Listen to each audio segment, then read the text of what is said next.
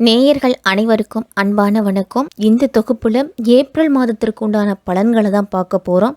April மாதம் 1ஆம் தேதி முதல் 30ஆம் தேதி வரைக்கும் இருக்கு. பங்குனி மாதம் 19ஆம் தேதி முதல் சித்திரை மாதம் 17ஆம் தேதி வரைக்கும் இந்த ஏப்ரல் மாதம் இருக்கு. இந்த ஏப்ரல் மாதத்துல தமிழ் வருட பிறப்பு அப்படின்னு சொல்லக்கூடிய சித்திரை மாதமும் நமக்கு பிறக்க போகுது.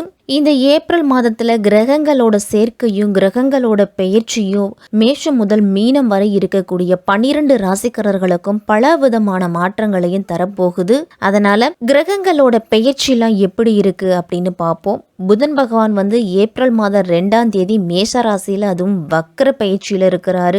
ஏப்ரல் மாதம் 9ஆம் தேதி புதன் பகவான் வக்ர நிலையிலிருந்து மேஷத்துல பின்னோக்கி மீனத்துல நுழைய போறாரு. ஏப்ரல் மாதம் 13ஆம் தேதி சூரியன் மேச ராசிக்கு போறாரு. ஏப்ரல் மாதம் 23ஆம் தேதி மீன ராசியில செவ்வாயோட பயிற்சியும் இருக்குது.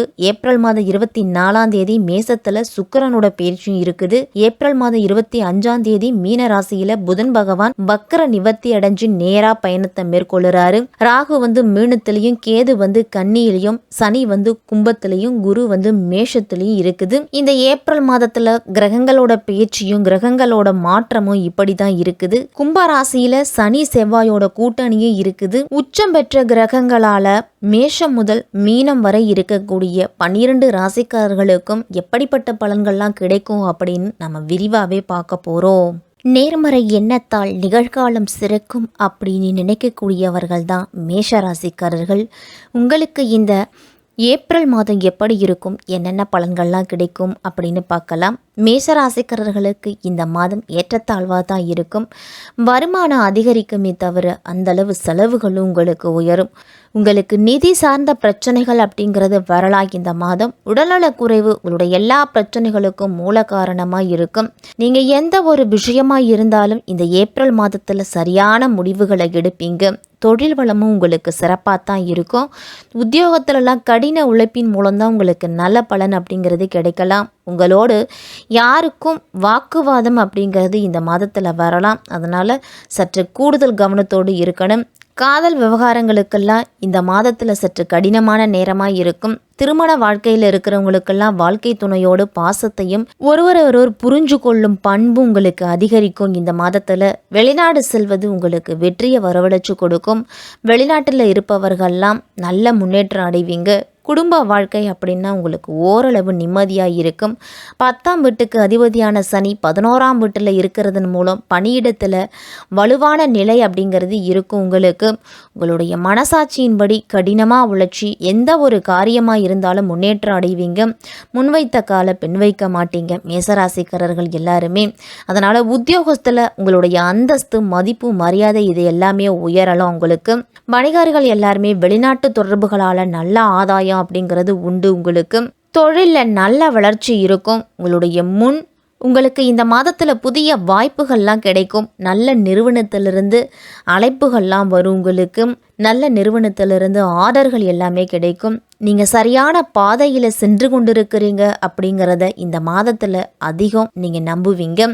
செவ்வாய் சனியோட கூட்டம் இந்த மாதத்தில் இருக்கிறதால 5ஆம் வீடான சூரியன் 12ஆம் வீட்டில் ராகுவும் சுக்கிரனும் வலுவிழந்த நிலையில் இருக்கிறாங்க. அதனால் கல்வியில் பல்வேறு தடைகள் அப்படிங்கிறது வரலாம். மேசராசிக்காரர்கள் மாணவர்களுக்கு எல்லாருக்கும் உங்களுடைய படிப்பிலிருந்து நீங்கள் திசை திருப்பப்படலாம். அதனால் உங்களுடைய முழு முயற்சியும் படிப்பில் மட்டுமே இருக்கணும். மாணவர்கள் எல்லாருக்கும் வண்டி வாகனத்தில் செல்லும் பொழுது கூடுதல் எச்சரிக்கையோடு இருக்கணும். அதே மாதிரி நண்பர்களோடு பழகும் பொழுதும் பேசும் பொழுதும் கூடுதல் கவனத்தோடு இருக்கிறது நல்லது.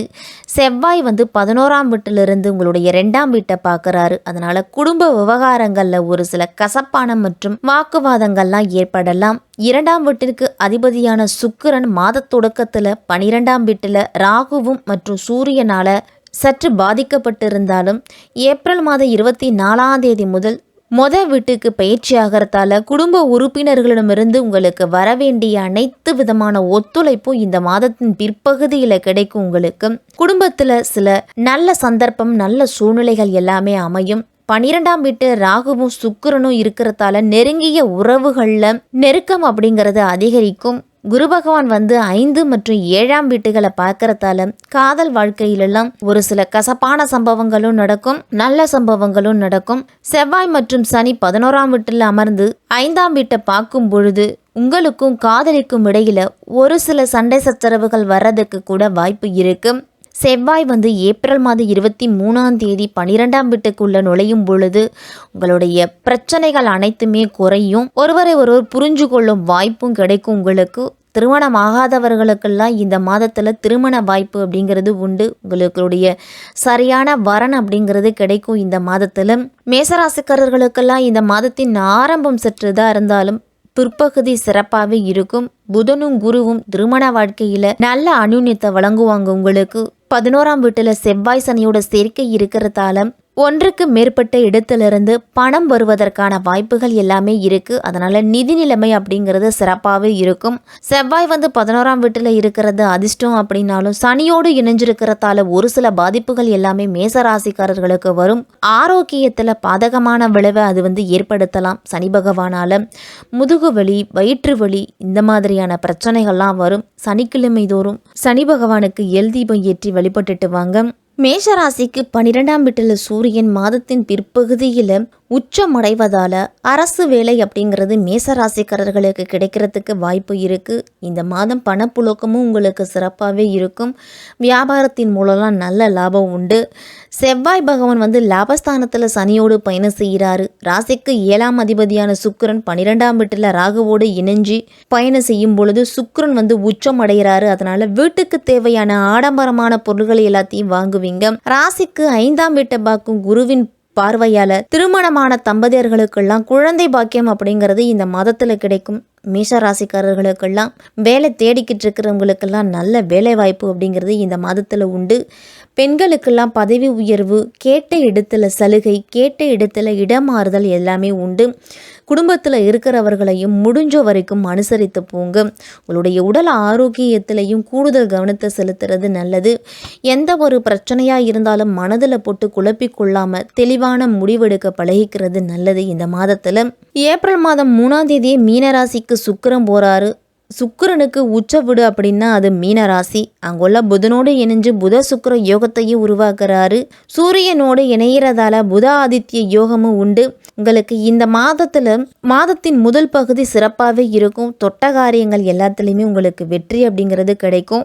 தொல்லை கொடுத்தவங்க எல்லாமே விலகி சொல்லுவாங்க. குடும்பத்தில் சுப நிகழ்ச்சிகள் நடக்கிறதுக்கெல்லாம் வாய்ப்பு இருக்கு.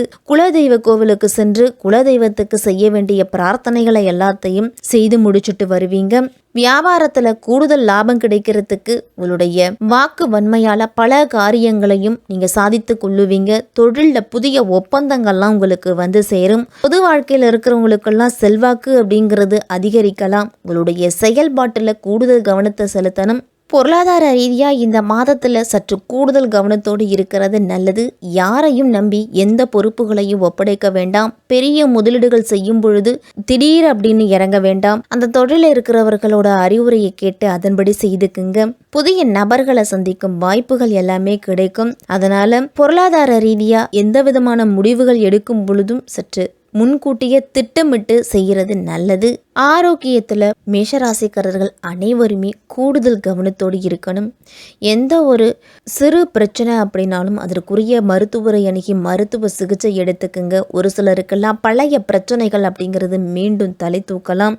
வெயில் காலம் தொடங்கிருச்சு அப்படிங்கிறதால உடம்புக்கு அதிக நீர்ச்சத்துக்கள் நிறைந்த உணவுகளை அதிகம் எடுத்துக்கிறது மிக மிக நல்லது. எளிதில் ஜீரணம் அடையக்கூடிய உணவுகளை அதிகம் எடுத்துக்குங்க. குழந்தைகள் எல்லாரையுமே ஓரளவு உங்களுடைய கண்காணிப்புலேயே வச்சுக்குங்க. மாணவர்களுக்கெல்லாம் இந்த மாதம் மிகவும் சிறப்பாகவே இருக்கும். உங்களுடைய முயற்சியின் மூலம் உங்களுடைய இலக்கை அடைய முடியும். உங்களுடைய குறிக்கோளை நோக்கி ஓடிக்கிட்டே இருங்க.